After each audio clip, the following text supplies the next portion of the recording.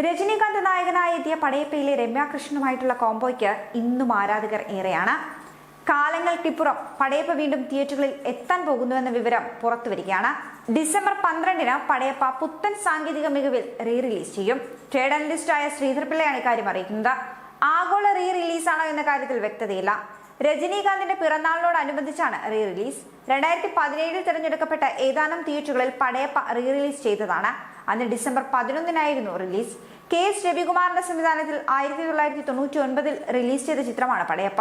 ആക്ഷനും ഇമോഷനും മാസും എല്ലാം കോർത്തിണക്കിയ ചിത്രത്തിലെ പ്രധാന ഹൈലൈറ്റ് രമ്യ കൃഷ്ണന്റെ നീലാംബരി എന്ന കഥാപാത്രവും രജനീകാന്തിന്റെ പടയപ്പ എന്ന കഥാപാത്രവുമാണ്. ഇരുവരും ഒന്നിച്ചെത്തിയ സീനുകളും ഡയലോഗുകളും ഇന്നും വൻ ഹിറ്റ് തന്നെ. രജനിസത്തിന്റെ പീക്ക് ലെവൽ കണ്ട ചിത്രം 26 വർഷമാകുമ്പോഴാണ് വീണ്ടും തിയേറ്ററുകളിലേക്ക് എത്തുന്നത്. രജനീകാന്തിനൊപ്പം അന്തരിച്ച നടി സൗന്ദര്യ, രമ്യ കൃഷ്ണൻ, ശിവാജി ഗണേശൻ, നാസർ, ലക്ഷ്മി എന്നിവരും പ്രധാന വേഷങ്ങളിൽ ചിത്രത്തിൽ എത്തിയിരുന്നു.